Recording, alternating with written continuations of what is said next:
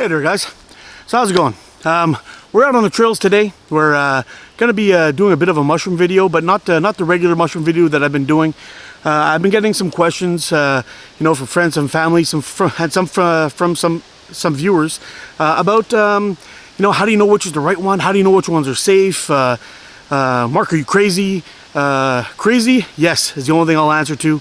The rest of it, it's actually quite simple. So we're not out to actually find and identify mushrooms today, but I do want to talk to you about getting started on mushroom foraging.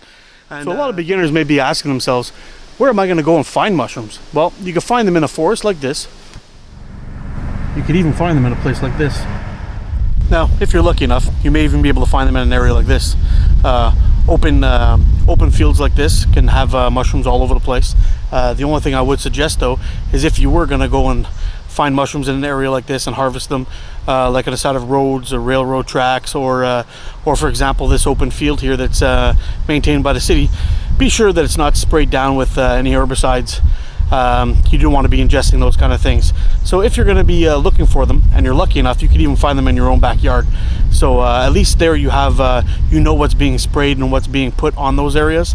And in the forest, well, there's not going to be people running around spraying herbicides or pesticides inside there.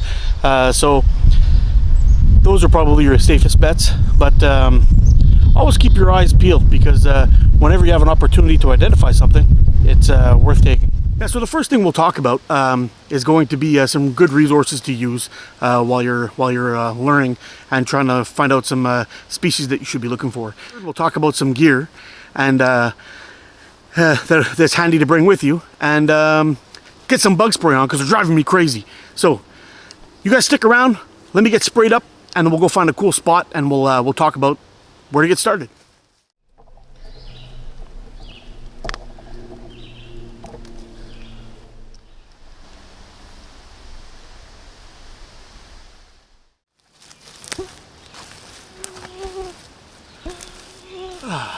So alright guys, there are many resources that you could use, some of them online, some of them are groups, but the one I recommend the most is probably books.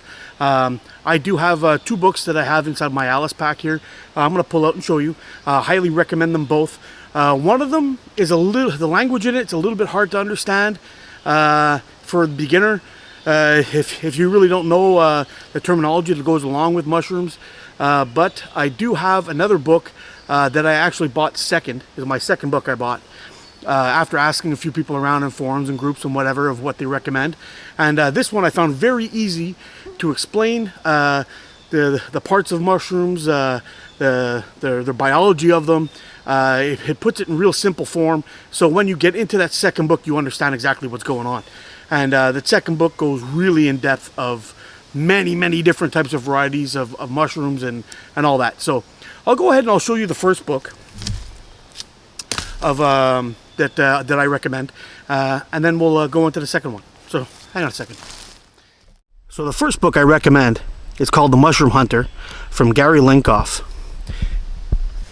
This book really gets you going on some very easy to identify mushrooms that are safe to eat.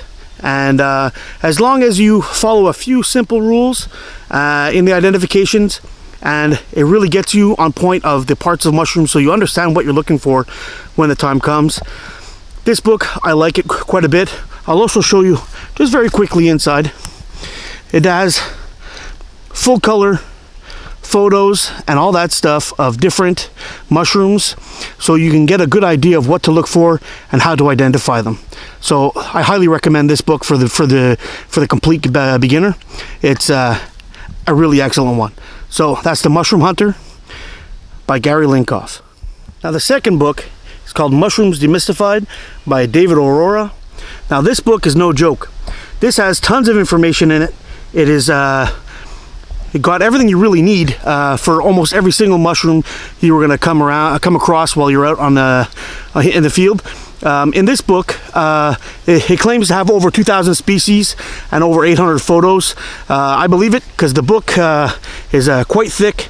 It's a little over 2 inches thick, many pages, and a lot of them are black and white illustrated photos, jam-packed full of information. There are some colors, but this is another book that is absolutely excellent for any kind of mushroom you may be looking for in your area, or if you find something you just want to identify, not necessarily to eat. But this is an excellent book for that. So there's also a man out there named Paul Stamens. He's probably the go-to guy when it comes to mycology nowadays. There's many other guys out there, but this guy seems to really know his stuff. He's a mycologist, maybe a mushroom genius, if you will. But you can go ahead and research him. He's got lots of information out there. I believe he also has a YouTube channel. And there's another guy too named Adam Harrington. He's also from his YouTube channel is called Learn Your Land. He knows his stuff as well, and he explains it really nicely. So if you want to go over there and check out some stuff to kind of help you confirm a mushroom that you found, that's a good idea to do that. So you've got a couple of books. You've got a couple of guys you can check out on YouTube, and there are other ways you could do it. You can go to your local garden center, ask people around there if you find something you want to have identified or help you identify at least, or even go to a local college and see if you can talk to a mycologist there. That's also another go-to thing. I've done all these things, and it's helped me out quite a bit. Also, you can see if in your area if you have a local mushroom foraging groups. A lot of areas have these things and these groups where people go out and they just scour the land looking for mushrooms, and there's usually an expert on hand that can help them identify whatever they find. For those of you who are into the whole bushcraft thing, I guess to make it simple, make it easy for you, carrying your 5 C's at all times when you're in the woods is a good idea. So you got your flashlight, a way to make fire, something to cover you up, a metal can that you can boil water in. If you happen to run out and you get thirsty, you can take it from a puddle or something, boil it up, that kind of thing. You got your 5 C's and some cordage so you could tie up your shelter if you need to, if you get stuck or lost and you have to spend the night. So as long as you have your 5 C's, but then we can go into mushroom hunting equipment. So the first thing I'd like to acknowledge is something, when you find your mushrooms, you're going to want to be able to carry them. Now, you could use a basket, you could use a paper bag, you could use even a material bag that'll allow it to breathe. One of the things that I have found is that in a plastic bag, for example, the plastic will, when you close it up, for some reason the plastic draws out the moisture of the mushroom, and it actually makes them deteriorate faster. So you want to stay away from plastic bags. But if you're going to use a material bag, you have to understand is the more weight that you put in, it pulls down on the bag, right? So it'll pull down on the bag and it'll squish it in a little bit. So I've tried to avoid using those things, and I've also wanted to look for a nice reed basket with a flat bottom on it. So you have this giant basket that you can carry things around in. You can place your mushrooms in there nicely, and you don't have to worry about it getting crushed or squished or whatever it is. Worst case scenario, it has the weight of another mushroom on top of it, and that's not the end of the world. So what I've actually been using is we have these things that they sell at our grocery store for a couple of bucks, like $2 or $3. I found these nice reed baskets or these bamboo baskets or whatever it is. They tend to go pretty expensive in my area for one that's going to last you, and I don't want to pay $30 for something like that when I can pay $3 for something like this. So I'm going to tilt you down here a little bit just to show you how I use this, and it's quite effective. So in this container, you basically open it up, and this piece falls down inside of it. You push it right to the bottom, and now you've got a box that won't, even if you put weight in it, it won't squish in too much to injure your mushrooms. So this is what I like to use. Quite lightweight and packable too. So if you're walking around all day long, you don't want to be keeping this in your hand unless you have mushrooms in it. So basically what I do is I fold this guy up. You pull up that little thing, it's got a little tab on the inside. You fold that up, push in the ends, it flattens out nicely, and it slides right down into the back of your backpack. And it actually makes your pack even more comfortable. Well, in my case, I got a metal frame, so I don't really notice it that much, but it slides right in there quite nicely, and it takes seconds to set up. So just like that, you're ready to go. While you're out foraging, you are going to need something to cut your mushrooms off. There may be species of mushrooms where you're going to need to pull out the whole mushroom to understand of how to identify it, and that's understandable. You'll have to cut around the stem, pull out the whole thing so you can actually see how it grows to be able to identify it properly. But you are going to need a tool to be able to do that. It's very simple. You guys have seen this in my videos before. A regular Opinel, number 8. This will do the job. Even another little small lightweight pocket knife, like a Swiss Army or Victorinox, an old timer, Uncle Schrade, or whatever they are. You know, there's all of these types of little pocket knives that you can get that'll work just fine. The only other thing you'll need is a small brush. You'll want to have a brush to be able to clean out the cap. Now, instead of carrying 2 tools, I've opted to purchase one of these. This is a Opinel number 8 mushroom knife. Now, it does have the hooked edge, so when you put your mushroom around it, you hold onto the cap like this, and you just slide it back and it'll cut it off quite nicely all the way around.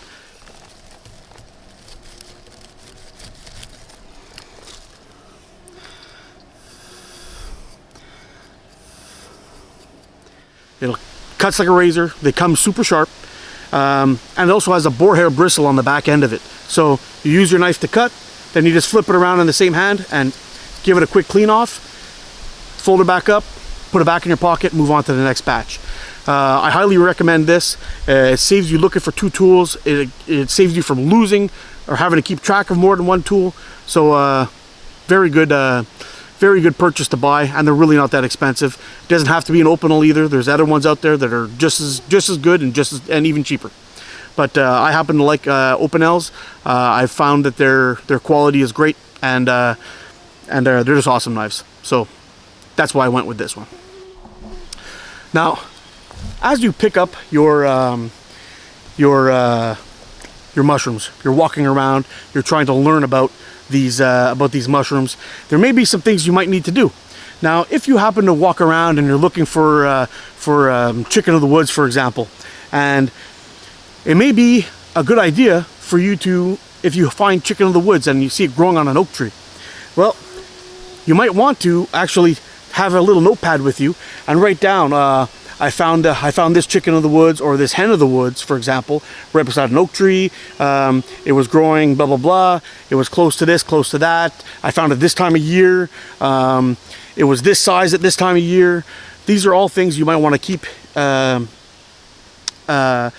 keep record of, and the plant life that may be growing around it. Like, for example, if you're looking for morels and you happen to find a lot of trillium in that area or that kind of thing, you might want to write that down. What time of year you found it at, what the temperature was, these kind of things. Keep these little records going. So when it comes time for you to go back out and look for these kind of mushrooms, you'll have a detailed description on when you found them, what the temperatures were like, what plants were growing in that area. So as you're walking around, you can start picking out, okay, there was these kind of ferns or these kind of plants or flowers. They were blooming at this time when I found the morels last year. Let's have a look. And that may give you some ideas of where to go and where to look for these mushrooms. So, pad, pencil, and paper. Now that's going to bring me to my last thing. Quite often you'll pick a mushroom, and after handling it, what's a good example? Shaggy mane, for example. Shaggy mane is one of those mushrooms that as you touch them, they bruise really, really easily. Now, just of you holding them in your hand is enough to make them start changing to a black color, or even reishi mushroom as well. As you touch the bottom of the bottom where the pores are of the mushroom, you'll have it bruise quite easily. Many times too, as you pick your mushrooms and you put them into your basket, as you search around throughout the day, you'll find that they actually change color a little bit. So bring yourself a smartphone with a camera on it, or a camera. Take pictures of them. You can even take pictures of them, of the area, of what kind of plants you saw in the area if you don't know how to identify them yet. And you'll be able to find out, keep a record of some kind of what kind of mushrooms you found, what color they looked like, how they were growing on the tree, if they were in a cluster or if they were single. And it sometimes a picture says 1,000 words, and your memory, not so much. So after a long day of hiking, it's kind of hard to remember what kind of mushroom was growing beside that tree or beside that plant, or if it was in a cluster, or if it was single, and all that kind of thing. These are all things you need to try to keep record of.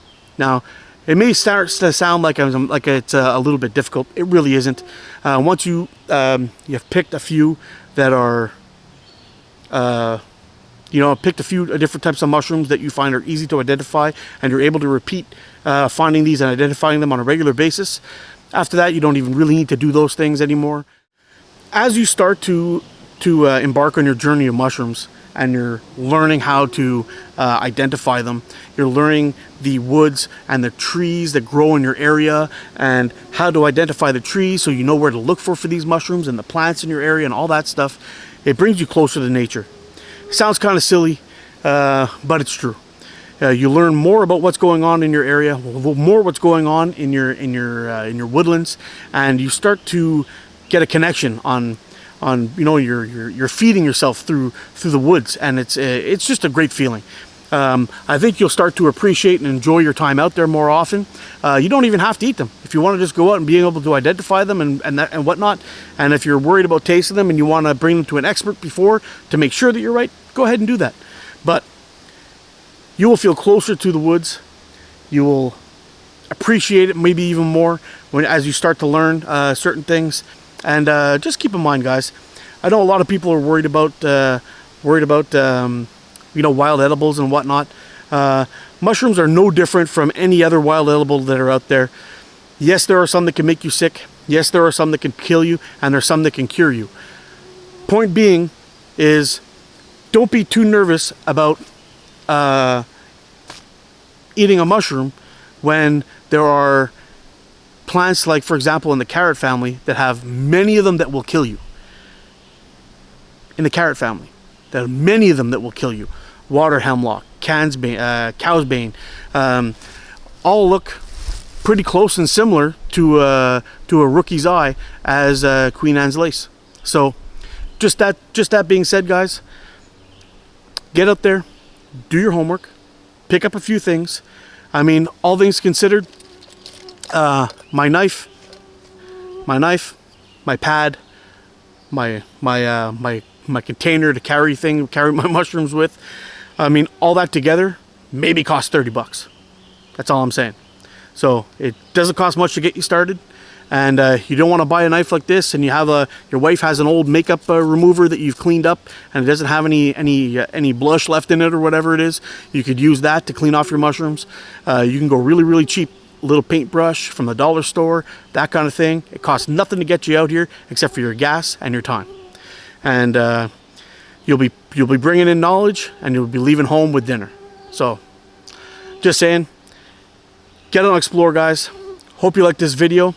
Hope this inspires one of you guys to get out and get started harvesting some mushrooms, and get out and explore.